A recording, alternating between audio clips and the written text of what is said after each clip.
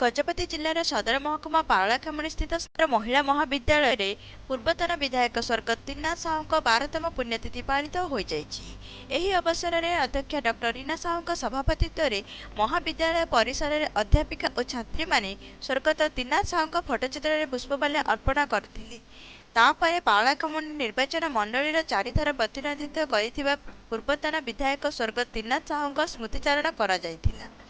ସ୍ୱର୍ଗତ ସାହୁଙ୍କ ପ୍ରତ୍ୟକ୍ଷ ଉଦ୍ୟମ ଯୋଗୁଁ ଜିଲ୍ଲାର ଏକମାତ୍ର ମହିଳା ମହାବିଦ୍ୟାଳୟ ପ୍ରତିଷ୍ଠା ହୋଇପାରିଥିଲା ବୋଲି ମହାବିଦ୍ୟାଳୟର ଅଧ୍ୟକ୍ଷଙ୍କ ସମେତ ଅଧ୍ୟାପିକାମାନେ ନିଜ ନିଜ ମତବ୍ୟକ୍ତ କରିଥିଲେ। ଏହି କାର୍ଯ୍ୟକ୍ରମରେ ମହିଳା ମହାବିଦ୍ୟାଳୟର ଡକ୍ଟର କଲ୍ୟାଣୀ ମିଶ୍ର, ବରଦା ଆଚାର୍ଯ୍ୟଙ୍କ ସମେତ ସମସ୍ତ ଅଧ୍ୟାପିକା, ଅଧ୍ୟାପକ, ଛାତ୍ରୀମାନେ ଓ କର୍ମଚାରୀମାନେ ଉପସ୍ଥିତ ଥିଲେ।